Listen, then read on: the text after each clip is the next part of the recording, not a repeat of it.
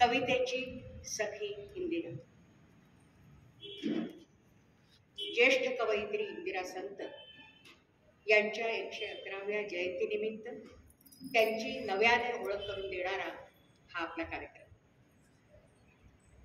या कार्यक्रमामध्ये माननीय वीणाताई संत, आसावरी संत, स्वाती कुलकर्णी, शोभाताई कुलकर्णी आणि मी मेधा मराठे यांचा सहभाग आहे.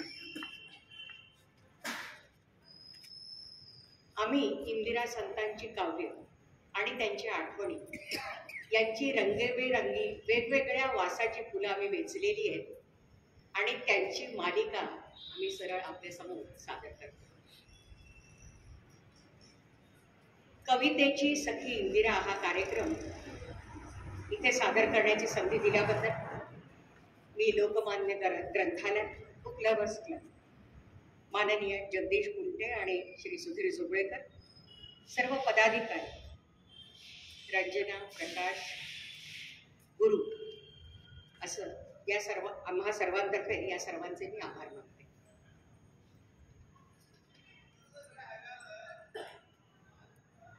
कवितेची सखी इंदिरा. बकोळीच्या फुलासारखं इंदिराबाईंची कविता, बकोळीच्या फुलासारखी इंदिराबाईंची कविता त्यांच्या आत्म्याच्या आकाशातून उघडली. कितीही जुनी झाली तरी बकुळीच्या फुलासारखीच ती बावणार नाही, त्याचं निर्माल्य होणार. तिचा मंद सुवास आपल्या मनाच्या मातीला आशीर्वादासारखा सतत येत राहील. अभिजात कलाकृती अक्षयच असते. आपण सर्वांनीच अक्कांच्या अनेक कविता वाचल्या असतीलच, गायल्या असतील, मनाच्या गाभाऱ्यात साठवून ठेवल्या असतील. त्यातल्या मोजक्याच सहसा सादर न केलेल्या अशा कविता आणि आठवणी याचा आनंद आज आपण घेणार. सखी. सखी हे दोन व्यक्तीमधलं सहज निर्माण होणारं नातं. इंदिराबाई कवितेच्या सखी होत्या, कविता त्यांची सखी होती. दोघीही एकच स्वरूप. रुजुता, उत्कटता, वात्सल्य असे अनेक भाव इंदिराबाईंनी कवितेला दिले आणि त्यांची कविता त्या छटाने सुस्नात होऊन आली आणि आपली सखी झाली.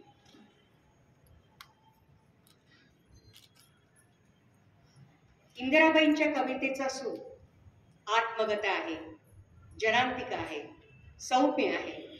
त्यात आक्रमकता नाही. तो स्वाभाविक आहे. तो मीरेच्या एक तारीच्या सुरासारखा सूक्ष्मपणे सतत झंकारत असतो. सुखदुःखाचे भोगलेले भोग उत्कटपणे मांडून अत्यंत संयमित स्वरात त्यांची कविता बोलते. त्यांच्या काही कवितांत सूक्ष्म नाट्यही आहे, म्हणजे त्यात वाचिक अभिनय सामावलेला आहे. नेहमीच्याच बोलण्यातील संवादात्मक भाषा वापरून त्याचप्रमाणे हळुवारपणे नाट्यमयरित्या ती उलगडून मुक्त छंदातल्या त्यांनी लिहिलेल्या कविता आम्ही सादर करणार. वीणाताई, त्यातली पहिली कविता आहे उगीच हो. उगीच हो. ते इथे उभे, ते तिथे उभे, सदा सतेज वृक्षासारखे सर्वाधार. ते तिथे उभे, सदा सतेज वृक्षासारखे सर्वाधार. ती इथे दालनातून तिची लगबग. ती इथे दालनातून तिची लगबग. मालकिणीच्या पावलांची कमरेला किल्ल्यांचा घोष झोले घेणारा, पदराचा फलकारा वळसे घालणारा, मोठ्या घराचा तोल सांभाळणारे नोकर चाकर महाराज सर्व काही. मोठ्या घराचा तोल सांभाळणारे नोकर चाकर महाराज सर्व काही, पण प्रत्येक कामात तिची म्हणून एक वेगळीच चतुर आहे. पण प्रत्येक कामात तिची म्हणून एक वेगळीच चतुर आहे. घरादाराला पंखाखाली घेण्याची तिची एक अपूर्व आहे. घरादाराला पंखाखाली घेण्याची तिची एक अपूर्व आहे. त्या सर्व गलबल्यातून वाट काढत ती त्यांच्यापर्यंत पोहोचताना दवओल्या फुलासारखी टवटवीत असते. त्या सर्व गलबल्यातून वाट काढी ती त्यांच्यापर्यंत पोहोचताना दवओल्या फुलासारखी टवटवीत असते. कमरेच्या किल्ल्या उशाखाली फेकताना चेहऱ्यावर राणी पण झळकते. कमरेच्या किल्ल्या उशाखाली फेकताना चेहऱ्यावर राणी पण झळकते. तिच्या खांद्यावर त्यांच्या हाताचा दाब, तिच्या खांद्यावर त्यांच्या हाताचा दाब कौतुकाचा, अभिमानाचा, कौतुकाचा, अभिमानाचा.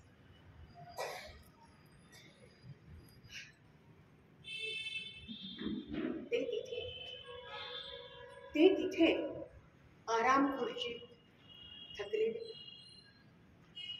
ते तिथे आराम खुर्चीत थकलेले. पायाशी त्यांची डाल्मेशियन मथुरी, पायाशी त्यांची डाल्मेशियन मथुरी, हातात टाइम्सची पानं उघडणारी, हातात टाइम्सची पानं उघडणारी. होताली अलिप्त गलबला, होताली अलिप्त गलबला, कर्तबगार मुलांचा सुनांचा नोकर चाकरांचा, कर्तबगार मुलांचा सुनांचा नोकर चाकरांचा. ती तशी रिकामी, ती तशी रिकामी, इथे तिथे घरभर उगीच. ती तशी रिकामी, इथे तिथे घरभर उगीच.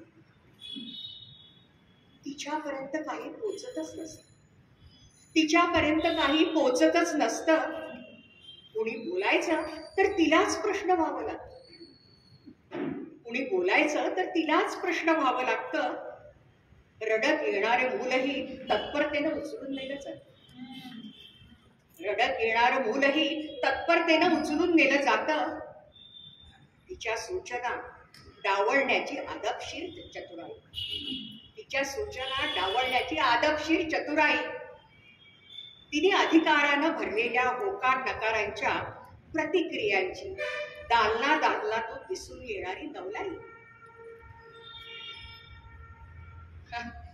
मुरडलेल्या नाकांची, उडवलेल्या मानांची, गुडघ्यातील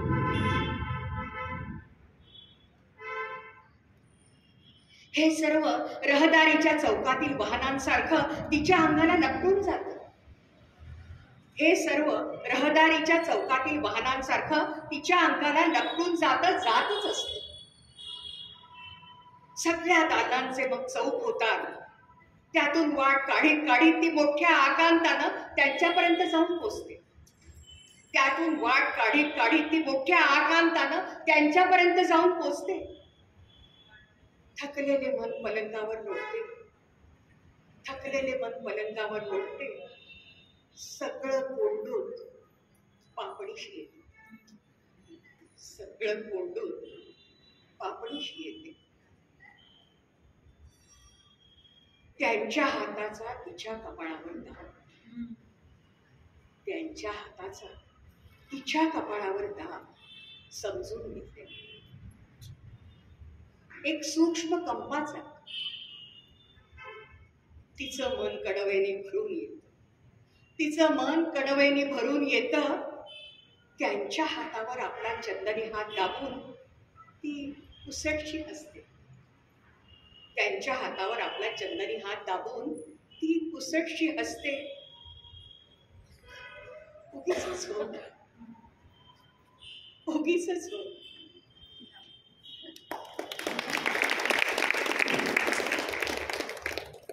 मेधा, आत्ता तुझी कविता वाचलीस त्याचे मला पहिल्या कडव्यामध्ये कर्तबगार, कर्तृत्वाच्या ऐन उमेदीच्या काळातले तो घाईन आपल्याला दृश्य स्वरूपात दुसरं दृश्य जे आहे ते साधारण थकलेले, थोडेसे कामात दोघंही आपापले निवृत्त झालेले असे दिसतात. आणि तिसऱ्या कडव्यात जे दिसतं ते त्या पती पत्नींनी एकत्र काढलेलं सहजीवनाचं चित्र. अगदी बरोबर.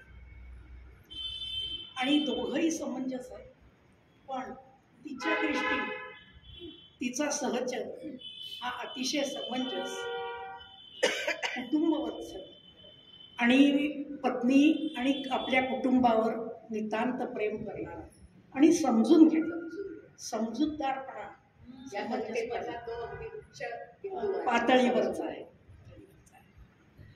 तर अक्कांनी ही कविता लिहिली तेव्हा खरं म्हणजे संसाराची ही स्थिती त्यांच्या आयुष्यात आली नाही.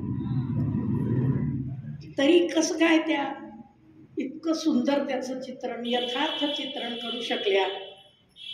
तर त्यांच्या मनामध्ये त्यांच्या पतीची, त्यांच्या सहचराची जी प्रतिमा होती त्याची काय परिणती होईल हे त्या सहज समजू शकत होत्या आणि त्याप्रमाणे त्या त्यात व्यक्त झालेल्या आहेत.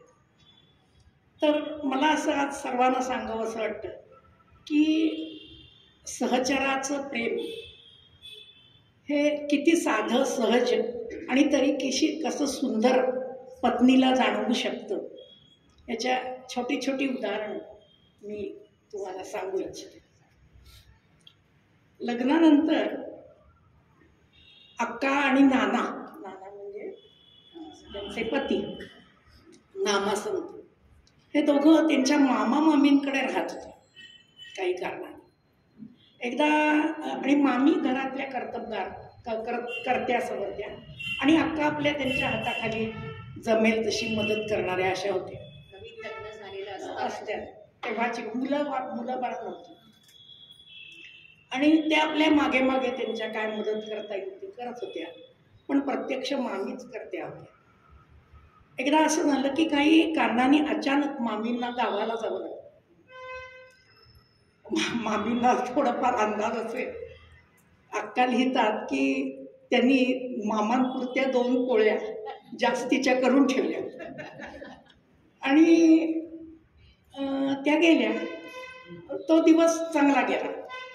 दुसऱ्या दिवशी सकाळी पहिली जी कामं होती ती अक्काने येत होती आणि ती त्यांनी आपल्या परीने दिवसाची सुरुवात चांगली केली. स्वयंपाकाची वेळ आहे.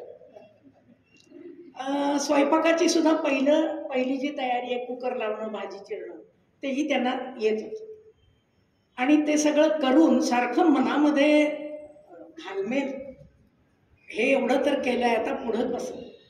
मग कणकेचा डबा काढला, त्याच्याशी चाळा परात घेतली, काही सुधरे ना त्यांना भरून आणलं आणि त्यांनी नानांना हाक मारली, अहो.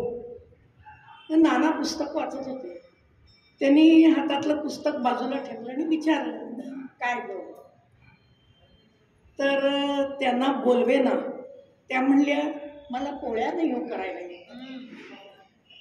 मग ते पहिल्यांदा म्हणाले, मामीकडून शिकून घ्यायच्या होत्यास ना. मग मात्र अक्कांचे डोळे डबडबले. त्या म्हणल्या, मला फार लाज वाटली, आपण एवढी मोठी संसारात पडलेली मुलगी आणि आपल्याला पोळ्या येत नाहीत करायला, मला विचारायची लाज वाटली.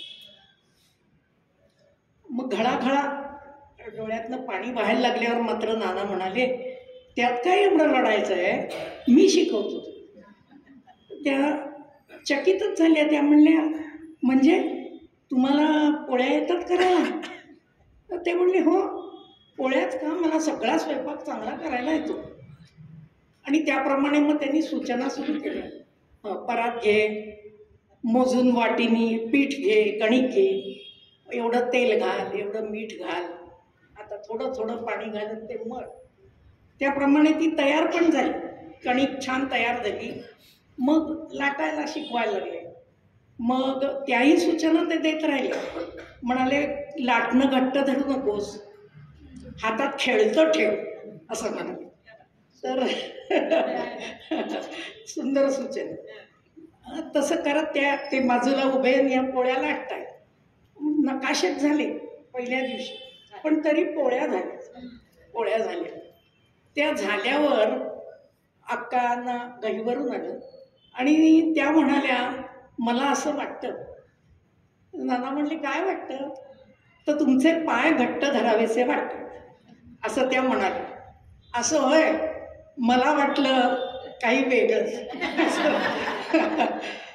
असं म्हणून तो प्रसंग तिथेच थांबला.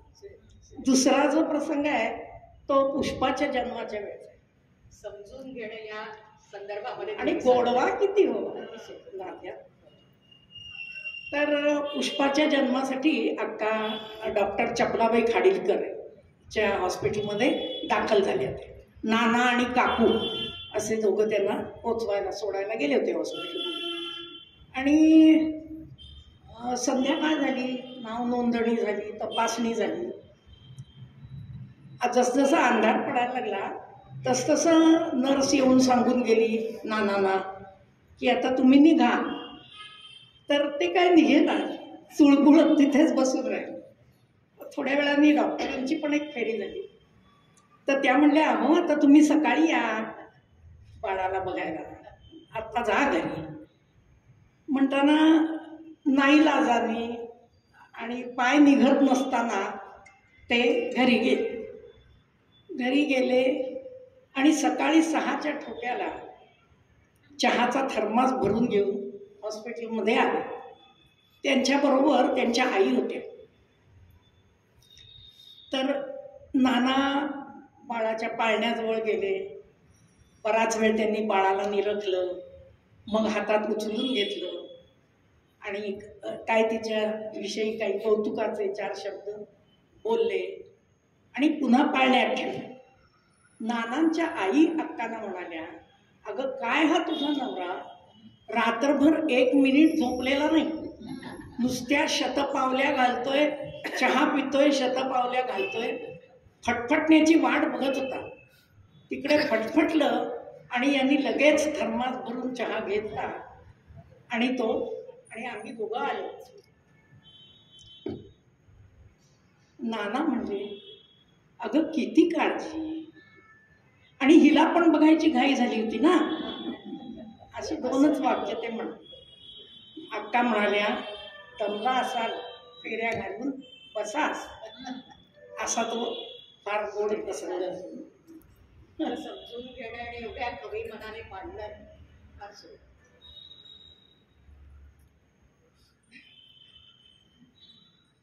त्या रुजुते बरोबर ती म्हणजे हे जे सगळे छोटे छोटे पैलू त्यांनी ते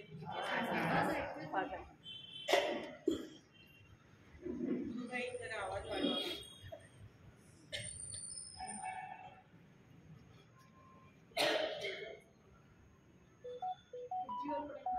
हॅलो हॅलो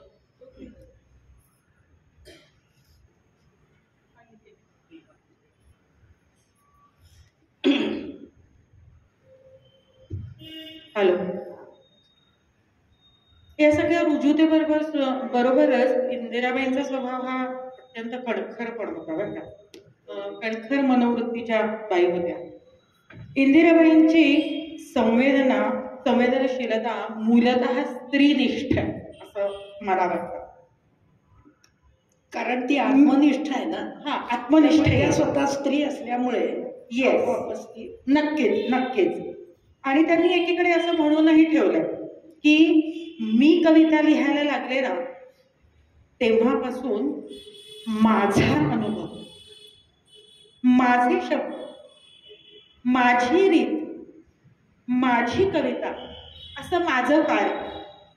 त्यामुळे दुसऱ्याचं अनुकरण माझ्याकडून होत नाही. म्हणजे त्यात जरा थोडीशी आत्मनिष्ठा, आत्ममग्नता हा भाग आहे. इंदिराबाईंच्या लेखनातून व्यक्त झालेली स्त्रीत्वाची जाणीव ही केवळ सांकेतिक अथवा पारंपरिक नसून त्यातील अनेक सूक्ष्म ताण जाणवणारी, भावनांच्या तरलतेबरोबरच त्या अत्यंत स्वाभिमानी, प्रत्येक स्त्रीच्या बाबतीत घडणारी एखादी अगदी सहज गोष्ट बरं का. सहज केला जाणारा उपहास, सहज केला जाणारा उपमर्द आणि त्यातून स्त्री मनात निर्माण होणारा उद्वेग ज्यांच्या या पुढील कवितेत जाणवतो. इंदिराबाईंची कविता नुसतीच प्रसंग वर्णनात अडकून न राहता त्याच्याही पलीकडे जाते. ढोबळ वाटणाऱ्या तपशिलांच्या आधाराने अत्यंत सूक्ष्म, संमिश्र आणि व्यापक भावछटांचं दर्शन हे त्यांच्या कवितांमधून घडतं. पुढची कविता ऐकवते. मीच उडवली. ऐकून घेणारा तू, ऐकून घेणारा तू, समजून घेणारा तू. तुझ्यापाशी म्हणून वागले, तुझ्यापाशी म्हणून वागले, म्हणून बोलले, उगाच काही खोडे फाबडे. मन मोकळे, अर्थशून्यही, पण मुरडून थोडे नाक बुद्धीचे, हसून थोडे उपहासाचे म्हणालास तू. मुरडून थोडे नाक बुद्धीचे, हसून थोडे उपहासाचे म्हणालास तू. सांगशील का मोजून मजला त्या उथळपणाची खोली? सांगशील मला त्या उथळपणाची खोली? गळ्यात आला एक आवंढा, गळ्यात आला एक आवंढा, डोहच काळ उथळपणाचा. गळ्यात आला एक आवंढा, डोहच काळा उथळपणाचा. भिडले काळे पाणी येऊनी काजळावर, डोळ्याच्या काठापर्यंत पाणी आलं. भिडले काळे पाणी येऊनी काजळावर, आणि तुला मी, आणि तुला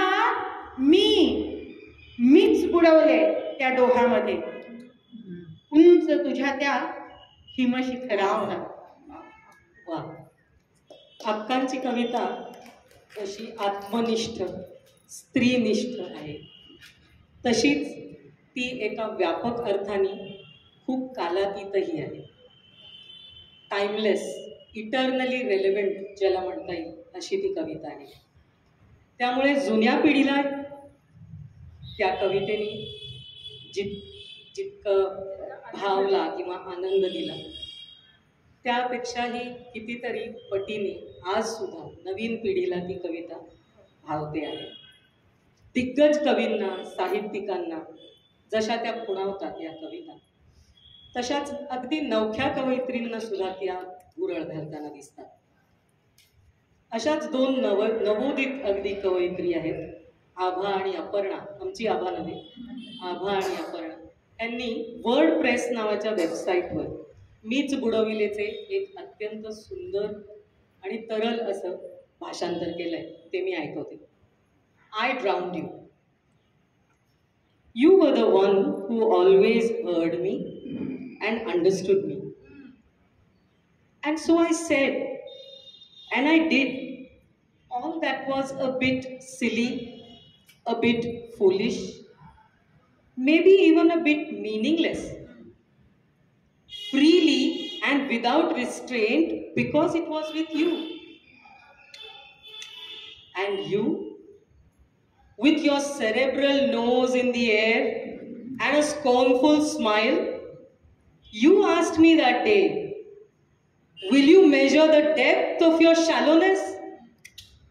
My coal-lined eyes welled up with tears, deep, deep pools of shallowness indeed. My coal-lined eyes welled up with tears, deep, deep pools of shallowness indeed.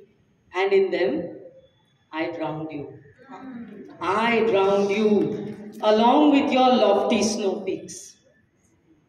सौम्य, रुजू, मृदू स्वभावाच्या अक्का असंही लिहू शकतात. संवेदनशील कवयित्री स्वाभिमानाला असंही जपू शकते. आपल्या जीवलगाकडूनही असेल, पण हा झालेला अपमान किंवा उपहास त्याचं उत्तरही त्या देऊ शकतात, अर्थात आपल्या कवितेतूनच. हा एक वेगळा पैलू त्यांच्या व्यक्तिमत्वाचा आम्हाला तुमच्यासमोर मांडावासा वाटला, म्हणून मीच बुडविले आय ग्राउंड यू. आणि मला असं वाटतं की ह्या दोन तरुण कवयित्रींनी इंग्रजीत सुद्धा तो जो सूर पकडायचा होता तो अतिशय चपखलपणे पकडलेला आपल्याला दिसतो. इंग्लिशमध्ये एक म्हणच आहे, what is personal is also very political or social.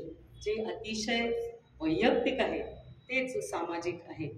आणि म्हणूनच या दोन कवयित्रींना वाटलं असावं की ही कविता आजही रेलेव्हंट असेल, याचं आपण भाषांतर करूया.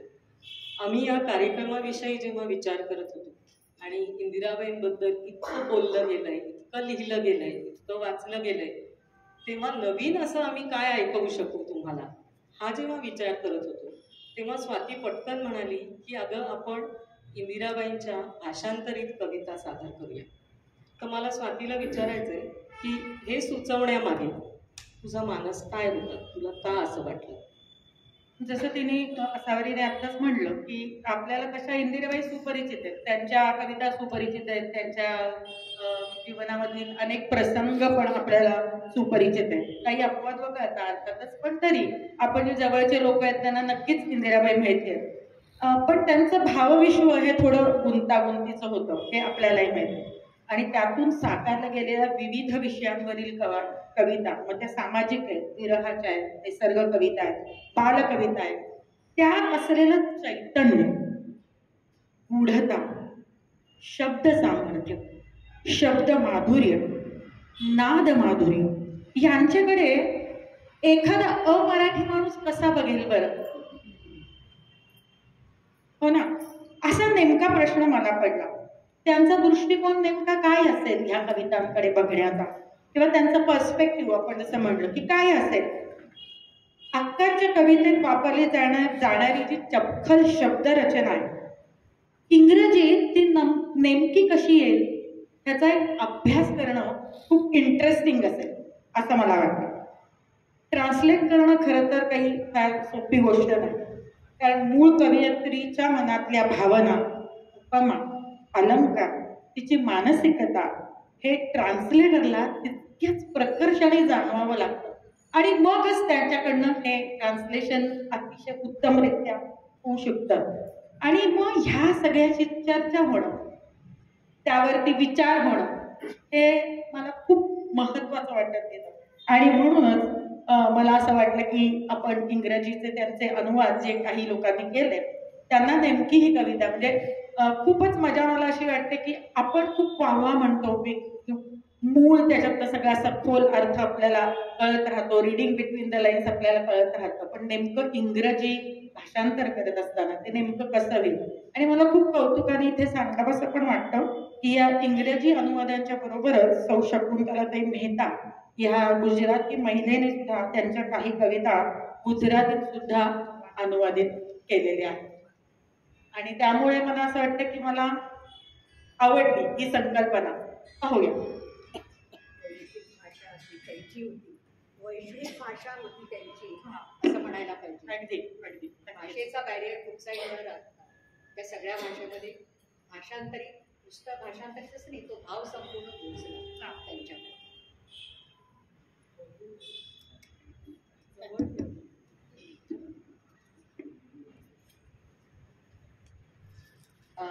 मगाशी तू असावरे म्हणालीस की त्यांचा सूर आत्मगत आहे, पण काही कविता मात्र या आत्मगत या शब्दाला छेद देतात.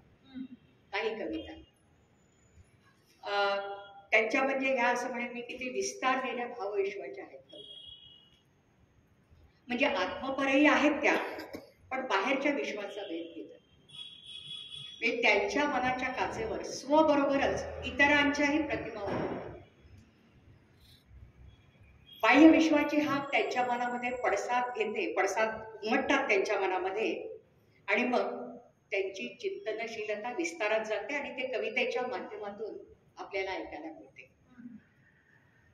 कवितेचं नाव आहे एकटी. एकटी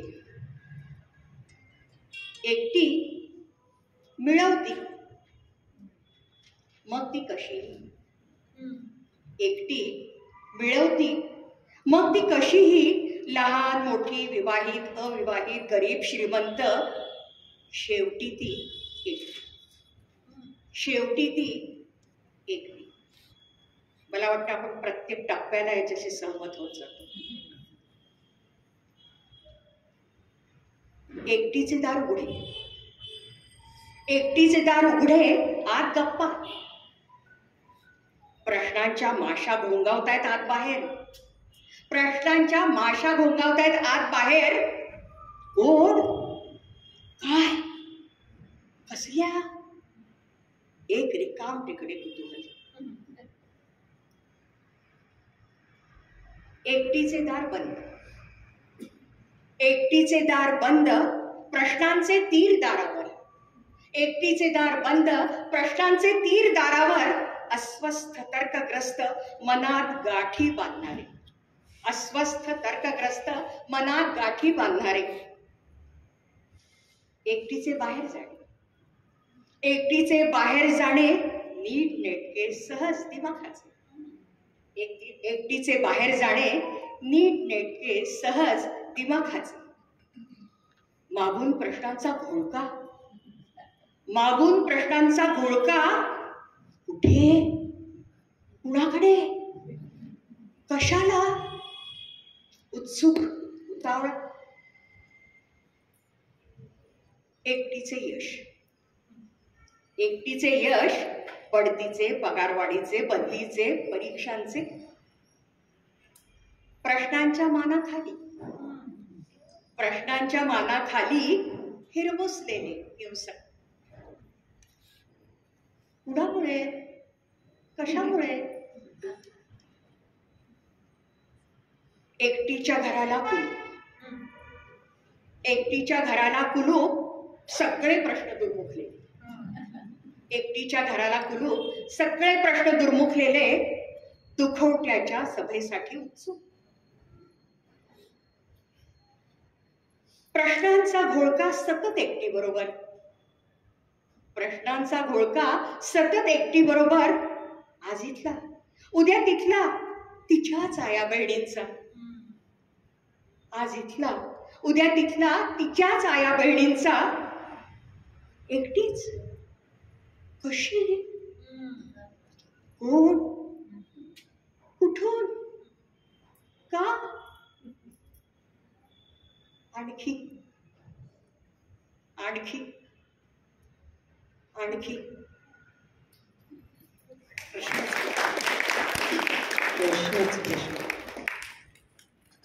अक्कांच्या कवितेवर आता आपण म्हटलं, खूप जणांनी म्हटलं की ती आत्मनिष्ठ होती, स्वमग्न होती आणि समाजनिष्ठता त्याच्यामध्ये कमी होती. पण अनेक सामाजिक कविताही त्यांनी लिहिल्या. एकट्या स्त्रीची व्यथा समाजात काय असू शकते ही मांडण्याची जी ही कविता प्रयत्न करते. त्यामुळे समाजनिष्ठ नाही ही टीका किती फोल ठरते हे तुम्ही, मला वाटतं की तुम्ही माझ्याशी सहमत समाज, समाज हा शब्दही न वापरता बरोबर, मी समाजाला म्हणजे अर्ध्या पॉप्युलेशनला जगातले लागू पडणारी कविता. फक्त एकटी या शब्दावर. तर समाजातील स्त्रीच्या स्थानाबद्दल, तिच्या व्यथेबद्दल अनेकदा अक्कांची कविता भाष्य करते. मध्यमवर्गीय गार्गी ही त्यांची खूप सुपरिचित अशी जी कविता आहे त्यातूनही हा प्रत्यय आपल्याला येतोच. त्यांच्या नोकरीमुळे किंवा एकूणच त्यांच्या अवतीभोवती वावरणाऱ्या ज्या सामान्य स्त्रिया होत्या, त्यांच्याबरोबर काम करणाऱ्या, त्यांना भेटलेल्या अशा ज्या सामान्य परिस्थितीत राहणाऱ्या स्त्रिया होत्या, त्यांचे प्रश्न किंवा त्यांची समाजातला त्यांचा मुद्दा किंवा काय एक त्यांना समाजाबद्दल वाटतं, हे सगळं सुद्धा अनेक असे प्रश्न मांडणाऱ्या कविता अक्कांनी लिहिलेल्या दिसतात. अशीच एक कविता आहे, ज्वाळांच्या 5 जिभा. स्वाती वाचतेस? नक्कीच. ज्वाळांच्या या 5 जिभा. मुलीची नोकरी, मुलीची नोकरी मुकाट पडे, उंबऱ्याबाहेर पडेपर्यंत जमते काम करीत राहणे, धाकट्या भावाची फी भरणे, बहिणीसाठी रिबीन आणणे, वडिलांचा चष्मा बदलून आणणे, सणवारी सिनेमाला नेणे, पगाराच्या दिवशी काहीच वगळून सारी रक्कम हातात ठेवणे.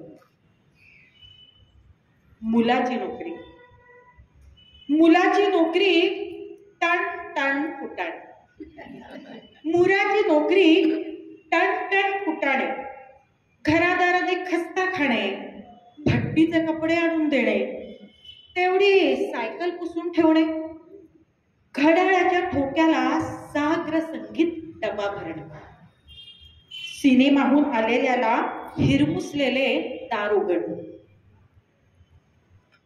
पैशासाठी हात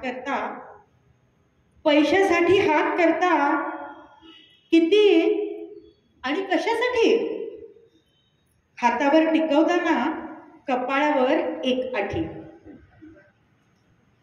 मुलीची नोकरी, मिंधेपणाचे सुख भोगणे आणि क्षणाक्षणाने आक्रसत जाणे. मुलाची नोकरी, घशात सारखे दाटून येणे, ओले सुखे धुमसत राहणे, पदरात 4 शिकती मुले, कष्टासाठी शरीर दुबळे, शिल्लक कसली एक वाटोळ. ज्वाळांच्या या 5 जिभा इकडून तिकडून चाटतात, ज्वाळांच्या या 5 जिभा इकडून तिकडून चाटतात, डोळ्यात जाळ टाकतात आणि मनातले कड करपून जातात.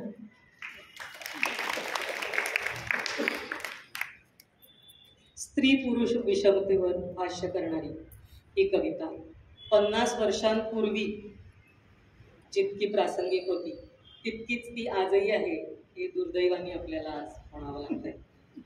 या कवितेचा विनय धारवाडकर यांनी केलेला अनुवाद इंग्रजीतला मी वाचून दाखवते. आणि आज 24 जानेवारी इंटरनॅशनल गर्ल चाइल्ड डे आहे, त्यामुळे मला तर ही अगदी योग्य वाटते आज ही कविता. त्याचं नाव दिलंय त्यांनी हाऊस होल्ड फायर्स.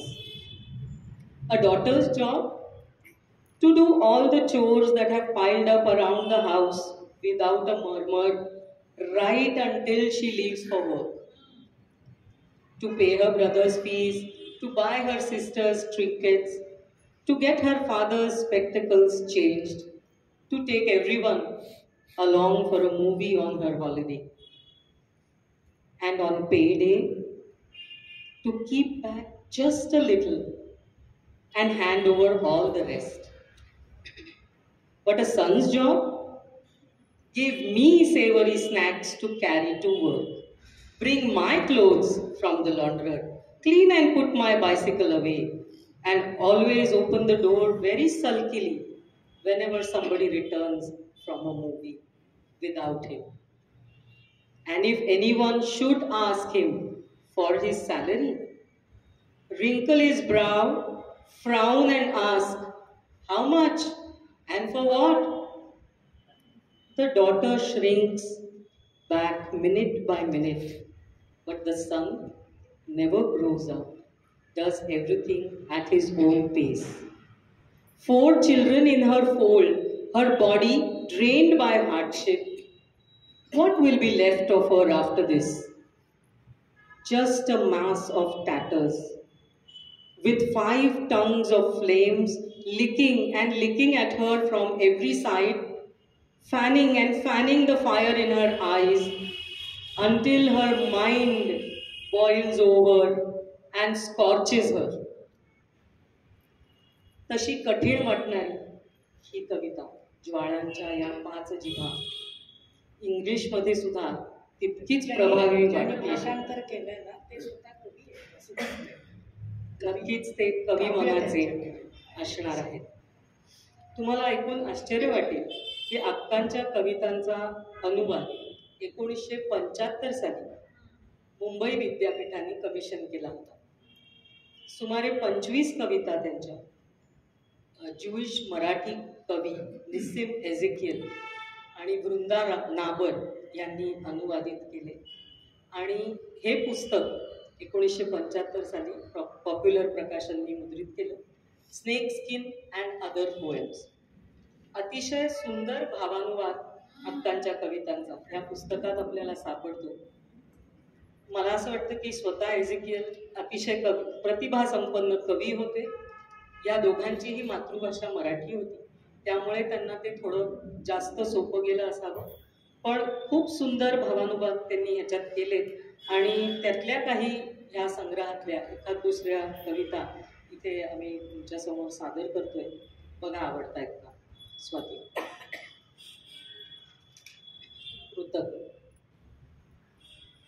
कृतज्ञ. आजपर्यंत माझ्या सुखात, माझ्या दुःखात, माझ्या आशा आकांक्षात पूर्णत्वानं मला साथ देणारा तू. आजपर्यंत माझ्या सुखात, माझ्या दुःखात, माझ्या आशा आकांक्षात पूर्णत्वानं मला साथ देणारा तू. ज्याच्या अस्तित्वाची मी दखलही घेतली नाही असा तू. छायेहूनही माझ्याशी एकच होऊन गेलेला तू. मी मय होऊन गेलेला असा तू. आता माझ्यातून निराळा होऊ पाहतोस.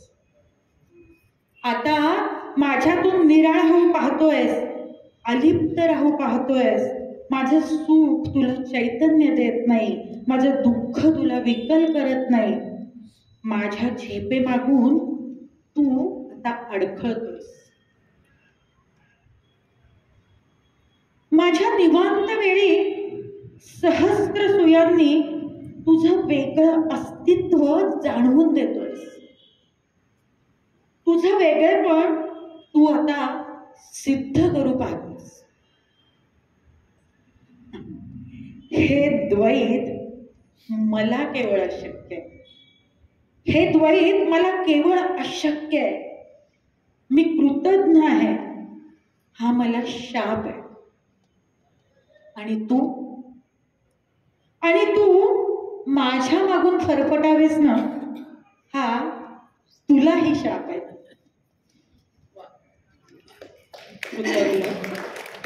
Ingratitude. You supported my joy, my grief, my hopes, my ambitions. I never thought of your soul as separate from mine. Shadow-like you merged with me and were totally absorbed in me. But now you try to draw away, to grow aloof. You do not share my ecstasies. My griefs do not torment you. You stumble behind me at a distance, and I feel you pierce me like 1,000 needles with the reality of your separateness. To me, this divided existence is unimaginable. To me, this divided existence is unimaginable, impossible. My ingratitude is my curse, and to follow me with slow dragging feet is my curse on you. Ingratitude. त्यांच्या सतत कवितेतून टोकावणारा तो हा किती जवळचा होता हे आपल्याला सगळ्यांनाच कळतं. जरी दुःखातून बाहेर पडण्याची त्यांची इच्छा असली तरी त्याला विसरण्याची एक अपराधीपणाची जी भावना त्यांच्या मनामध्ये सारखी निर्माण होत असे ती राहिली. दुःखात पण तरी सुद्धा दुःखाशी चाललेल्या त्या अखंड संघर्षातून स्वतःला बाहेर काढण्यासाठी त्या प्रयत्नशील होत्या. जसं जसं त्यांचं मन निवळत गेलं तसा तसा कवितेतला आकार, तडफड निवत गेली. जीवनाकडे पाहण्याची त्यांची एक तटस्थ आणि अलिप्त अशी आणि तरी देखील एक तत्वज्ञ वृत्ती तयार झाली. स्वतःचीच समजूत काढणारी ती कात टाकते.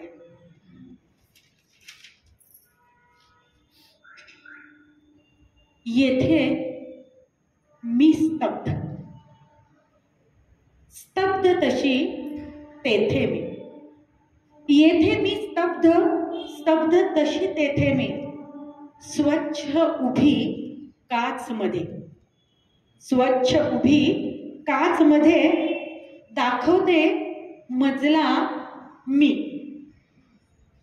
नजरेला नजर तिच्या भिडवाया मी न धजे, नजरेला नजर तिच्या भिडवाया मी न धजे. कंपित निश्वास तिचा काचेवर गूढ थिजे. विलकावे ओठ जरा, बोलावे काही तर, गिळलेल्या शब्दांची लिपी तिच्या ओठावर. दुष्ट अशी मज पुढती मुळीच उभी राहू नको, दुष्ट अशी मज पुढती मुळीच उभी राहू नको. निजलेली मी कधीच जाग मला आणू नको. स्वप्नांच्या भस्माचा थर अगदी ढवळू नको. काय असं वेडेपण मी न दुजी, काय असं वेडेपण मी न दुजी, तू ही मीच. पण समोर धुकट धूर आणि चूर चूर काच. स्तब्ध तशी येथे पण नाही कुणी समोर. काच चूर चूर होऊन गेली. स्तब्ध तशी येते मी, नाही कुणी समोर. सोलीव ही काच इथे, सोलीव ही काच इथे, नागिण अदृश्य दूर. कृतज्ञमध्ये प्रेयसी आणि प्रियकराच्या द्वैताबद्दल बोलणाऱ्या हक्का कातमध्ये स्वतःशीच संवाद साधतात. स्वतःच्या अंतर्मनाला त्या सामोरं जातात. Snake skin. Here am I, silent, still, and so is my reflection. Clearly defined in the mirror, I show myself only to me. I do not dare, however, to look that image in the eye, its tremulous lines frozen darkly in the glass. Should I make the slightest move to state a thing or two, the words I suppress are formed on her lips. Do not let me see you again, not even a glimpse. I've been asleep a very long time, do not awaken me. Do not stir up the ashes of my dreams, I say. What is this madness? I am not another, you are me, says she. But alas, a thick mist separates us and conceals the mirror. Here am I, silent, still with no one in front of me, like a cast off snake skin, and the snake has slithered away out of sight. Vrinda Nabar आणि निसीम एझेकियल यांना मला असं वाटतं की गर्भित अर्थ अगदी चांगला कळकळता आलेला आहे. तुमचं काय मत आहे ह्याच्याबद्दल? दोन्ही भाषांमध्ये पण त्यांची जी पकड होती ना, प्रभुत्व होतं. त्यामुळे त्यांना मूळच्या कवितेचा भावार्थ नीट कळला आणि शब्द सामर्थ्य ही त्यांचंही आहेच. त्यामुळे तो तसाच्या तसा इंग्रजी व्यक्त फार सुरेख. आता तू जी म्हणालीस म्हणजे ज्या कवितेची वाचलीस जी कविता, त्याच्याबरोबर विरुद्ध मूळ पद्धत, विरुद्ध भावविश्वातली कविता त्यांची एक आहे. म्हणजे मनाच्या भावविश्वात भरून राहिलेला प्रिय, त्याच्याशी चाललेला हा अखंड संवाद त्यांचा. पण याचा मूड मी म्हटल्याप्रमाणे अगदी वेगळा आहे त्याच्या कवितेपेक्षा. तो नाहीये, तो आता इथे नाहीये, पण तो भासात्मक आहेच. कसा? शतरंगीच्या सूक्ष्म गंधी लाटाने सुखवणार. कवितेचं नाव आहे सर्वस्वाधार. बाहेर निघताना पसारा आवरून निघायची सवय. बाहेर निघताना पसारा आवरून निघायची सवय. आता तर काय किती हा पसारा, आता तर काय किती हा पसारा. तो मिस्किलपणे माझी थकावट देखीत बसलेला सर्वसाक्षी, तो मिस्किलपणे माझी थकावट निरखीत बसलेला सर्वसाक्षी. दमले बाई, दमले बाई, थोडस स्वतःशी, थोडस त्याला. बाईस तू, पसारा घालता येतो पण आवरता येत नाही मुळीच. मग आता तू शिकव की लगेच माझी मागणी, मग आता तू शिकव की लगेच माझी मागणी. मी म्हणत त्याचे केवढ्यांनी उसळून हसले. मी खजील, मी खजील. बघते तो आजूबाजूला सारे रिकामे आणि लकपक झालेले पाहिले. बघते तो आजूबाजूला सारे रिकामे आणि लकपक झालेले पाहिले. तो नव्हताच. पण आकाशातून झिमझिमत होती शतरंगीच्या जांभळ्या पिवळ्या फुलांची अरळ तरळ लवंगी पखरण सूक्ष्म. आकाशातून झिमझिमत होती शतरंगीच्या जांभळ्या पिवळ्या फुलांची अरळ तरळ लवंगी पखरण सूक्ष्म गंधी. अवघ्या संवेदनांना सुखवीत मिटवीत राहिलेला हा त्या बंद हास्याचा प्रसन्न आविष्कार.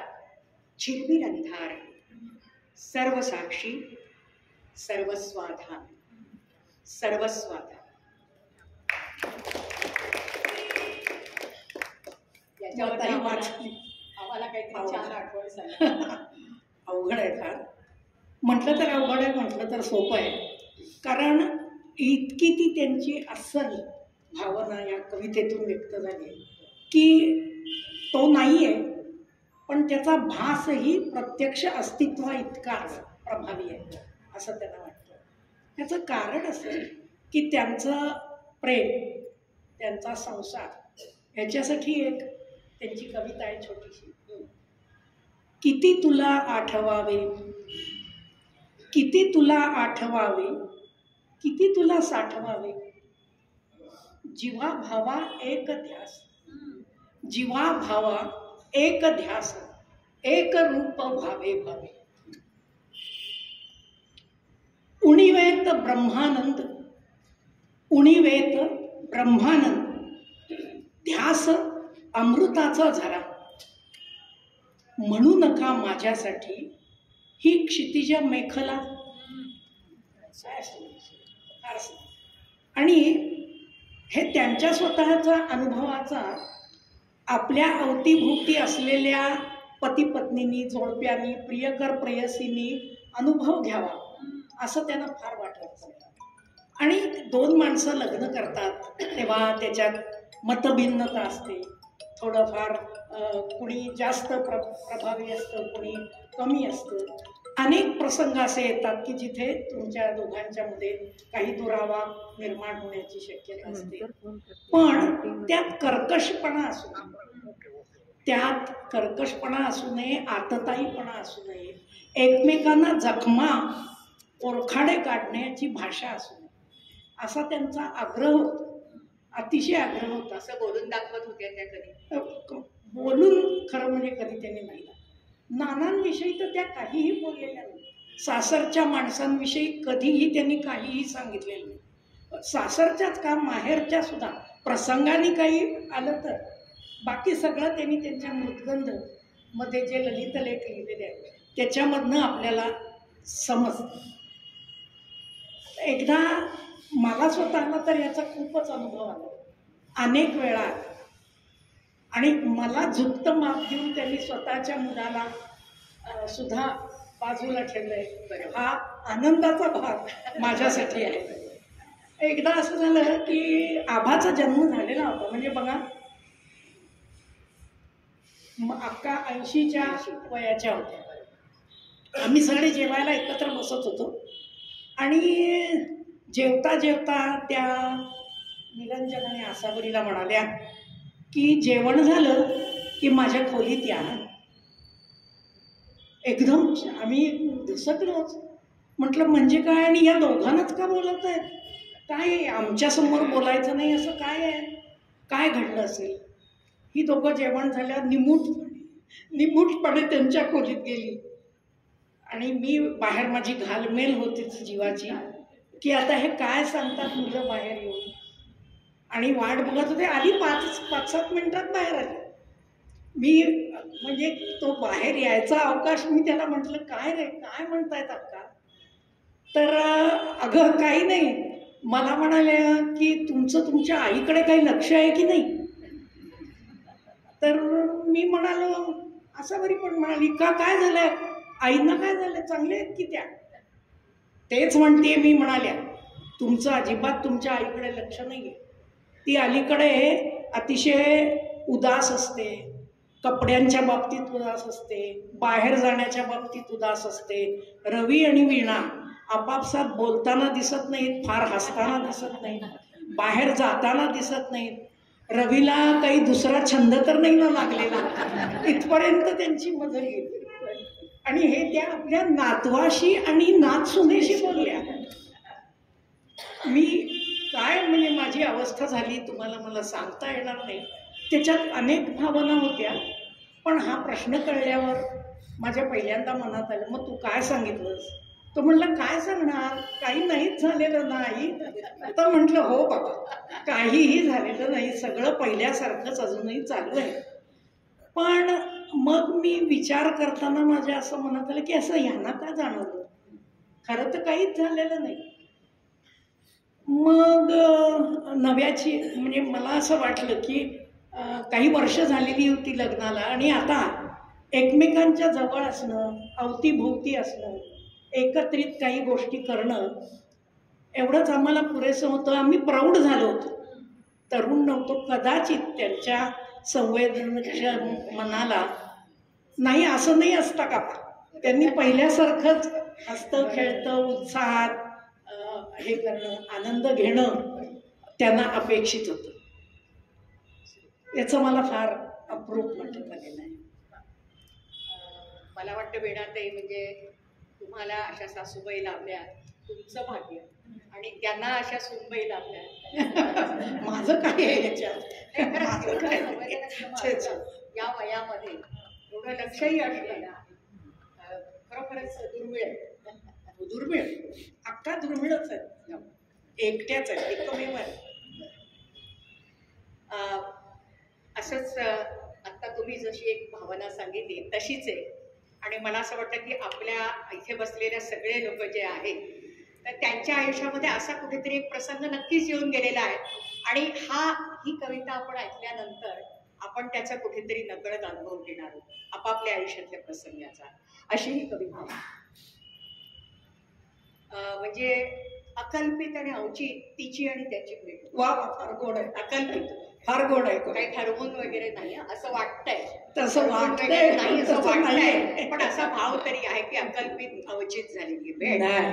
आणि मग पर्युत्सुक मनाचे लाजरे गुजरे मनोगत हळुवारपणे उलगडलंय त्यांनी या कवितेमध्ये. कळीचं फूल व्हावं त्याप्रमाणे हळूवार. पण समाजाचे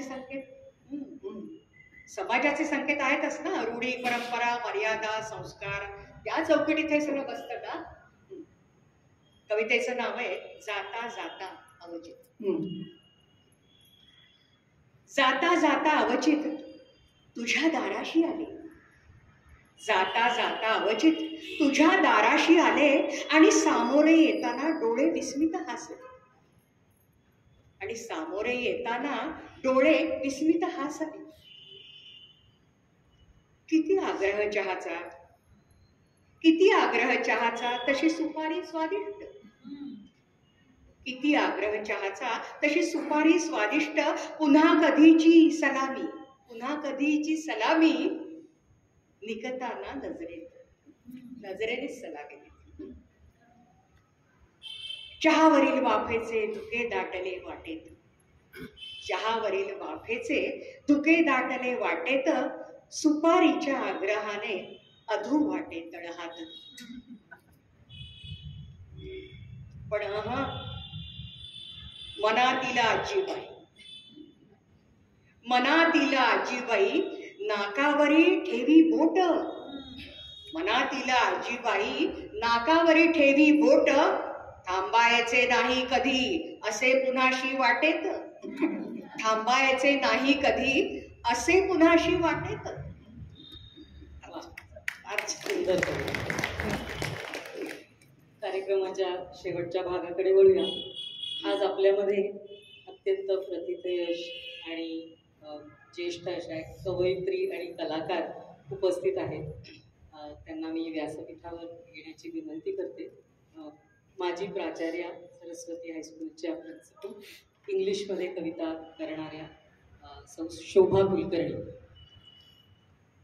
1975 साली snake skin and other poems या पुस्तकाच्या प्रस्तावनेत ज्ञानेश्वर नाडकर्णी म्हणतात, it was nearly 3 decades ago, हे 75 साली म्हणतात, it was nearly 3 decades ago that Indira Sant published her first volume of Marathi verse. Over the years, in spite of the fact that contemporary Marathi poetry has a new turn away from the first wave poets like Mrs. Sant, her influence can still be clearly seen in the works of younger poets even today.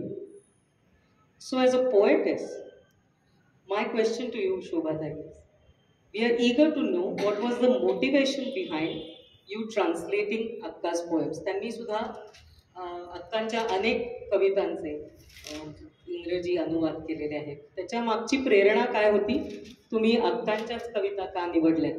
त्याबद्दल आम्हाला थोडं जाणून घ्यायचं.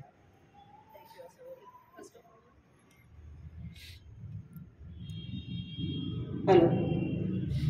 First of all, I thank all of you for inviting me to share this such a prestigious platform. I didn't know who Indira Tayi was. Actually, till almost I think till 2000. Only after she passed, I know about her. My friend Madhuri Namdar, she was a Marathi lecturer, and she was selected for textbook committee. And she used to come and read these poems every day. I asked, whose poems are these? She said, Indira Sant. Who is Indira Sant? I asked her. I felt, and when she told me that she's such a great poetess, I felt really very bad. And I still regret that I couldn't see her or meet her when she was alive. But her poems speak to me. I'm so happy that the poems are so alive. And every time I read that, I see there are so many layers of meaning in it. It's not just one layer. Even though I don't know Marathi, because I feel it's the language of the poets. All poets have a specific language where they feel these emotions intensely. And that's how these poems are created. So I simply love her poems and I've decided to translate some of her poems. I have one question, Shubhate, for you. How difficult it was, rather, because these metaphors in Marathi are really, really difficult to understand for us also, as a Marathi person, or ज्यांची मातृभाषा मराठी आहे त्यांना सुद्धा हे कळणं अवघड कुठेतरी येतं. How difficult it was for you then? It was very difficult. It was very challenging. But I went on repeatedly reading the poems, and every time I would get new meaning in it. And I would select a few words. At least 10 or 15 times I would write down the poems, and then I would delete the words. No, this is not suitable. I would, select some other word. And this went on. And of course, I told you my Marathi lecturer, I would read, "Asa nahi go." Then I said, "How?" Then again she would explain, "No, this is not the meaning. This is the meaning." Okay, then I would again change it. But it was such a wonderful journey. I enjoyed every minute. And I'm sure by next year when you celebrate, I'll come up with a book. I would love to translate about 25 poems. It was a wonderful journey. I feel so bad that I didn't know her before. I would have really enjoyed just reciprocating her and talking with her. इंग्लिशमध्ये भाषांतर बहिणाबाईंच्या कवितांचं माधुरीताईंनी केलेलं आहे आणि तसंच शोभाताईंकडून अक्कांच्या कवितांचं आता घडावं आणि ते एका लार्जर ऑडियन्सपर्यंत त्या कविता आता नव्याने पोचाव्यात अशी आपण आशा करूया. स्वाती, मी आणि आई त्यांच्या काही कविता वाचणार आहोत आणि त्या स्वतः त्याचा अनुवाद आपल्यासमोर सादर करणार आहोत. पहिली कविता आहे फिरते सूर्यास्त. आज हलकं फुलकं काम करायलाही हात नाकारतायत. आज हलके फुलके काम ही हात नाकारतायत. लेखणीचा निळा रियाजही होत नको म्हणतात. गवती गालीच्या वर फिरावे तर पावले नाराज असतात. पुस्तके तर केव्हाच म्हटले. अशा वेळी ना पडवीतील झोपाळ्यावर बसावे वाटते. बसते. पृथ्वीच्या पैंजणातील एक बारीकसा घुंगरू होऊन जाते. सूक्ष्म नादवलयांनी भारावलेलं अंतरंग आणि बाह्यांगाच्या आरसपानावरून असंख्य फिरते सूर्यास्त.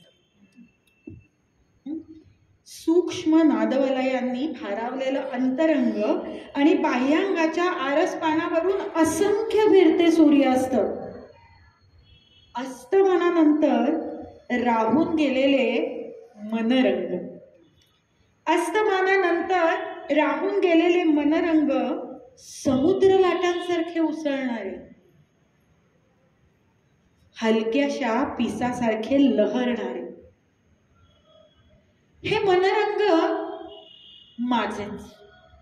हे मनरंग माझेच, पण आकाशाचे झालेले.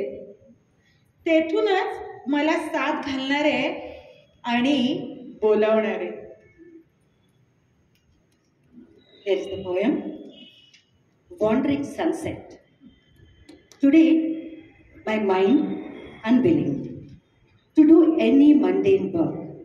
Today, my mind unwilling to do any mundane work. Fingers reluctant to pen down my thoughts. Fingers reluctant to pen down my thoughts. Feet not willing to tread on the green grass, and books closed long back.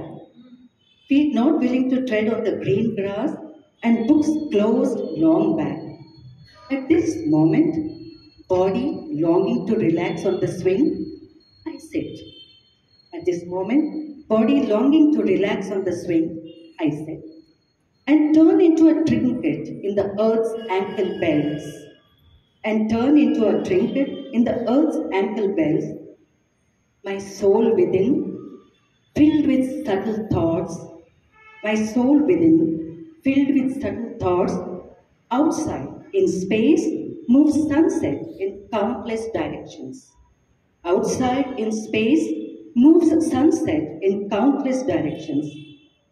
After the sun sets, some thoughts are hidden deep in my bosom.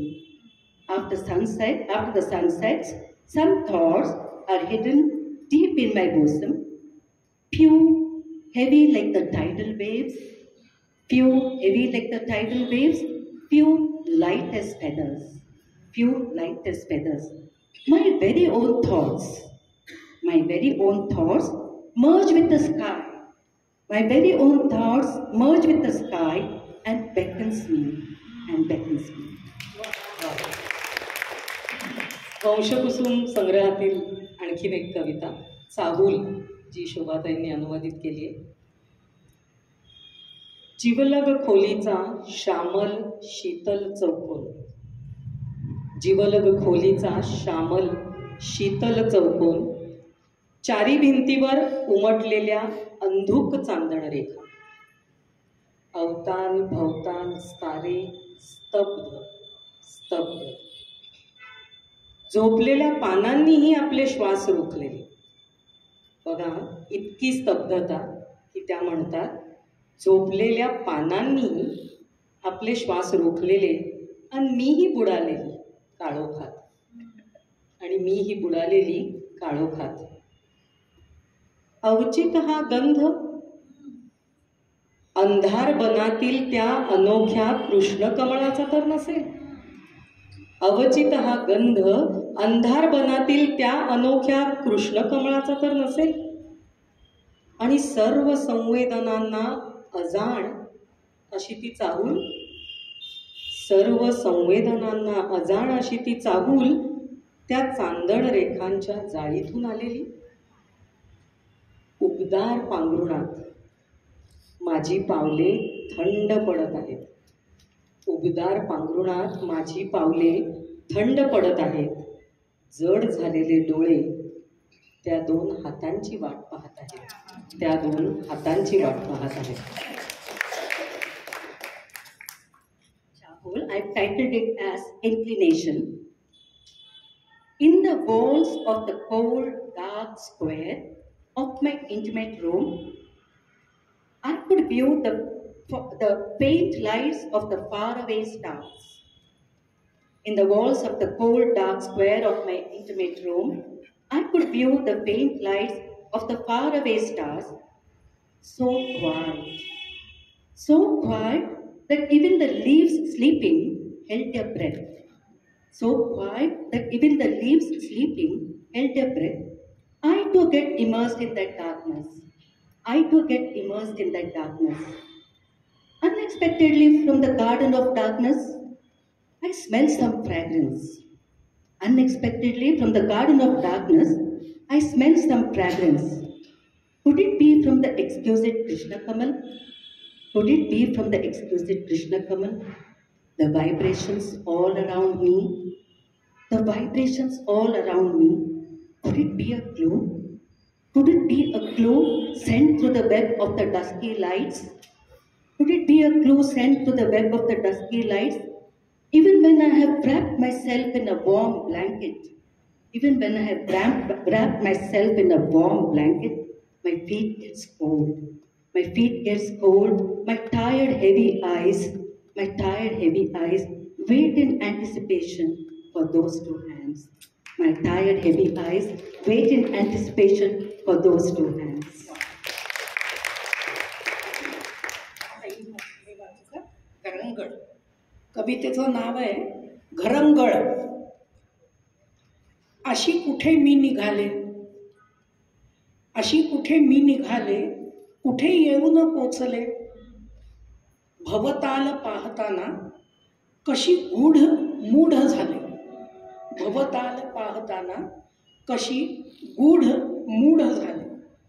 नाही चंद्र नाही सूर्य, तिन्ही संजेची अवेळ, तिन्ही सांजेची अवेळ. पैस भरून राहिली धूर भारली धुपाळ. चित्त निशब्द अबोध, चित्त निशब्द अबोध.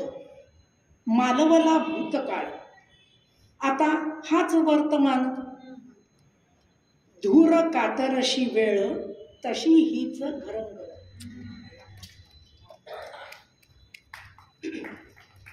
Slide. I know not the path I was treading, nor where I had reached. I know not the path I was treading, nor where I had reached. As I glanced around, I was bewildered by the mystery. As I glanced around, I was bewildered by the mystery. I could neither see the moon nor the sun. I could neither see the moon nor the sun. In this twilight hour, everything was misty. In this twilight hour, everything was misty. In this pure silence, my past slithered away. In this pure silence, my past slithered away. Now, this eventide, this dusky hour, sliding down along the path of time, is my present. Now, this eventide, this dusky hour, sliding down along the path of time, is my present. आमच्या या सगळ्यांतर्फे तुमचं कवितांच्या अनुवादाचं पुस्तक लवकरच येऊ. Thank you so much. Thank you so much. I'm so thrilled because I said Wordsworth. I can compare her to Wordsworth. When Wordsworth, the whole world knows. Why not? मला तुम्हाला एक प्रश्न विचारायचा आहे. मला की ह्या कवितांना सगळी सौंदर्य दृष्टी इंदिरासंतांची दिसते. ते प्रत्येक सुखाच्या दुःखाच्या भासात्मक सगळ्या कविता त्यांच्या प्रतिमा सगळ्या सुंदर. पण रोजचं जीवन जगताना त्या सौंदर्य दृष्टीच्या खुणा तुम्हाला तुम्हाला कधी जाणवल्या का? हो, सारख्या जाणवत होते. म्हणजे मला जे दिसत नाही ते पटकन त्यांना दिसतंय कारण तशा म्हणजे त्या मितभाषी होत्या, मितशब्दी मितभाषी, नाही का? पण हो, तसं ते- तुम्हाला जाणवलं. आता एकदा गंमत सांगते. अक्कांना बरं नव्हतं, म्हणजे बरंच बरं नव्हतं, त्यामुळे लोक भेटायला येत असत. त्या घरी आहेत म्हटल्या, झोपलेल्याच असायच्या. एक दिवस रमाची एक मैत्रीण अक्कांना भेटायला आली.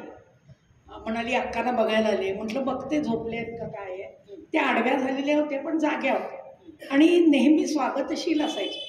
काहीही कुणी आपल्याला भेटायला आलं तर त्यांनी कधी त्याला हे केलं नाही. तर चल म्हटलं आणि तिला अक्कांच्या खोलीत घेऊन गेले. ती अगदी सहज अक्कांच्या पलंगाच्या कडेला बसली आणि अक्का, ही तुम्हाला भेटायला आली. ओ हेमा मालिनी, असं मला म्हणाले. तर मी जरा गोंधळले. म्हटलं बरं, हो तुम्हाला भेटायला आले असं म्हटलं. बैस ग तू बोलत, म्हणून मी आत गेले. आणि मग माझ्या मनाला असा चाळा लागला की या हेमा ती छान होती, मुलगी फार छान होती, तरुण होती, रसरशीत होती, छानच होती. पण तरी हेमा मालिनी म्हणजे मला जरा हेच वाटलं. तो जो हा आहे दर्जा आहे हेमा मालिनीच्या सौंदर्याचा. अक्का का म्हणाले असतील हेमा मालिनी भेटायला आली. मग माझ्या असं लक्षात आलं की तिने केसामध्ये साऊथ दाक्षिणात्य ज्या सगळ्या बायका नट्या असं नाही पण नट्या आवर्जून घालतात. मोगरा आणि आबोलीचे गजरे, आणि त्या आपण कसं नीट मांडतो तसं नाही, त्या असा गुच्छचे गुच्छ असं त्या डोक्यात त्यांनी खोवलेला असतो. तो तिच्या डोक्यात होता. मग माझ्या लक्षात आलं तिने घातलेलं दाट काजळ आणि नाकामधली मोरणी आणि तिचा प्रसन्न असा चेहरा, ते बघून त्यांच्या मनात एकदम हेमा मालिनीची प्रतिमा. आता एरवी सुद्धा आपण बघतो चंद्र चांदण्या सगळ्या आनंद आपण घेतोच की. दृष्टीसौख्य आपण घेतो. काय सुंदर पाऊस पडतोय, काय सूर्यास्त सुंदर झालाय, काय सूर्योदय झालाय. पण तेवढ्यापुरतच ते तिथे थांबतं. ते प्रतिमा बनून आपल्या मनामध्ये येते. अक्कांच्या मनामध्ये त्या सर्व निसर्ग दृश्यांच्या प्रतिमा होऊन अतिशय सुंदर अशा प्रसंगाने त्या तुमच्या समोर येतात. तर अक्कांची, आणि मला सांगायला आनंद वाटतो, अभिमान वाटतो की नाही माहीत नाही, पण आनंद तर फारच होतो की आपण काहीतरी खास होतो अक्कांच्या. कारण मला वाटतं माधवी वैद्यांनी जो 13 कवींच्यावर कार्यक्रम केला, कवी शब्दांचे ईश्वर, त्याच्यामधल्या अक्कांच्या मुलाखतीमध्ये त्यांनी ही कविता, ही मी वीणा येणार होती तेव्हा केलेली कविता आहे असं म्हणून स्वतःच्या आवाजात ती वाचलेली. म्हणून मला त्याचा आनंद आहे. आणि त्यातलं जे निसर्ग दृश्य आहे, त्यातल्या ज्या प्रतिमा आहेत त्या त्यांच्या मनात कशा उमटल्या ते मला तुम्हाला दाखवायचं. मी महत्वाची नाही, सून महत्वाची. तुमच्यामुळे पण ती आलेली नाही, पण सून आहे. येशील होऊन संध्या लक्ष्मी, येशील होऊन संध्या लक्ष्मी, सुवर्ण सिंचित राजपथातून, अंगांगावर बहरत केशर, केसामध्ये सांज चांदणी, स्वप्नामध्ये हे स्वागतपण, स्वप्नामध्ये हे स्वागतपण, हो येशील जेव्हा तूच खरोखर, गोंधळलेली मी ही अशी, गोंधळलेली मी ही अशी, आणि हे तर माझे चंद्रमौळी घर. मनामध्ये सूर्योदय, त्याचं राजपथ झालेला आहे, त्याचा सडा पडलाय सूर्याच्या प्रकाशाचा. आणि स्वागतासाठी लक्ष्मीपूजन संध्याकाळी होतं, रात्र होते तेव्हा, त्यामुळे सांज चांदणी पण आहे केसामध्ये. अशी ती प्रतिमा आहे आणि असं स्वागत करतायत. पण वास्तवाचं भान विसरलेलं. त्या म्हणतात गोंधळलेली मी ही अशी, अन हे तर माझे चंद्रमौळी घर. तसेच नातीच्या स्वागताच्या वेळी पण त्यांनी केलेली कविता आहे. चिमुकल्या पाहुणीचे घरी आज आगमन, चिमुकल्या पाहुणीचे घरी आज आगमन, वास्तू होत असे तबक आणि मीच निरांजन, ओवाळीनं मग तुझला दारी, ओवाळीनं मग तुझला दारी, नक्षत्रांच्या निरांजनांनी उंबऱ्यावरती ठेवीन चंद्रम, उंबऱ्यावरी ठेवीन चंद्रम, घरात आणशील सुधा वाहिनी. सुधा म्हणजे अमृत. घरात तुझ्या येण्यानी माझ्या घरात अमृत येईल. अमृतासारखी गोड कवी, फार अमृतासारखी. म्हणजे नेहमी विरहाचा आणि दाहक असा जो अनुभव त्यांच्या कवितातून येतो त्याच्याशी अगदी वेगळ्या आणि अतिशय प्रसन्न अशा अक्कांच्या खूप कविता. कार्यक्रमाच्या शेवटाकडे आपण आलेलो आहोत. अक्कांची ही कविता वेगळीच आहे.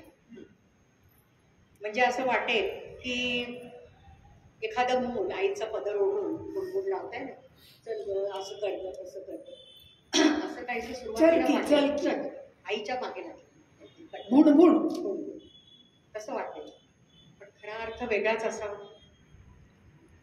म्हणजे आयुष्याच्या संध्याकाळी ढळलेल्या दिवसांची उतरती गुण कमी. कुठल्या कविता संग्रहात आहे? मला वाटतं चितकळामध्ये ही कविता आहे. शेवटचे शेवटच्या म्हणजे त्यांच्या शेवटच्या 1-2-3 संग्रह आहेत.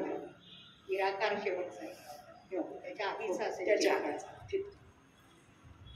पहिल्या तीराकडे मन ओढतंय, पहिल्या तीराकडे मन ओढतंय, तिथे वाट पाहणारं कोणीतरी हाकारतंय सुद्धा. पण जीवनाचं गुरफटणं ऐलं तीर सोडणं कठीण करतंय, असं काहीतरी असावं असं वाटतंय. कवितेचं नाव आहे चल की जाऊया. चल की जाऊया, चल की जाऊया. हातापदराला ओढत त्याची गुणगुण सारखी चालली. चल की जाऊया, हातापदराला ओढत त्याची गुणगुण सारखी चालली. त्याला गोंजार चिमट दूर करत थांब की करते आहे. त्याला गोंजार चिमट दूर करत मी थांब की करते आहे. खिडकीच्या चौकटीतील हे निसर्गचित्र, खिडकीच्या चौकटीतील ही निसर्गचित्र नव्यासारखी कितीदा निरखून पाहायची. खिडकीच्या चौकटीतील ही निसर्गचित्र नव्यासारखी कितीदा निरखून पाहायची. टिपायवरून मांडलेले कुणाकुणाच्या संसाराचे रंगीत चित्रबंध पुन्हा पुन्हा किती बघायचे. टिपाईवरून मांडलेले कुणाकुणाच्या संसाराचे रंगीत चित्रबंध पुन्हा पुन्हा किती बघायचे. हे आसनावरील पुष्पगुच्छ, हे आसनावरील पुष्पगुच्छ त्यांचा आस्वाद किती ठिकाणी घेत, त्यांचा आस्वाद घेत किती ठिकाणी थांबायचे, थपकायचे. मन किती किती विटते, मन किती किती विटते, इथेच थांबते. मन किती किती विटते, इथेच थांबते. त्याची गुणगुण काही कमी होत नाही, त्याची गुणगुण कमी होत नाही. दाराच्या चंद्रशिलेची नितळ नक्षी, दाराच्या चंद्रशिलेची नितळ नक्षी पाऊल काही ओलांडत नाही, पाऊल काही ओलांडत नाही. धन्यवाद. चला की जाऊया.